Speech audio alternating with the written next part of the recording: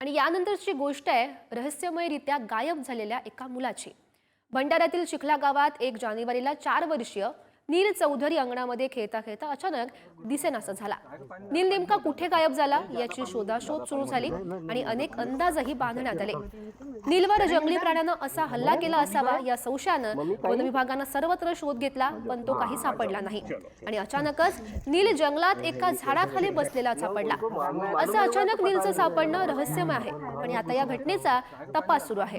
गायब असलेला नील उपाशी नव्हता, त्यामुळे नीलचं अपहरण झालं असावं असा अंदाज पोलिसांनी वर्तवला। नीलचं अपहरण झालं होतं की आणखी काही कारण होतं याचाही पोलीस सध्या शोध घेत आहेत। आज सुमारास 2 वाजताच्या सुमारास जे मुलगा होता ते इथे जे चिखला माईंची पहाडी आहे त्या पहाडीवर मिळाला।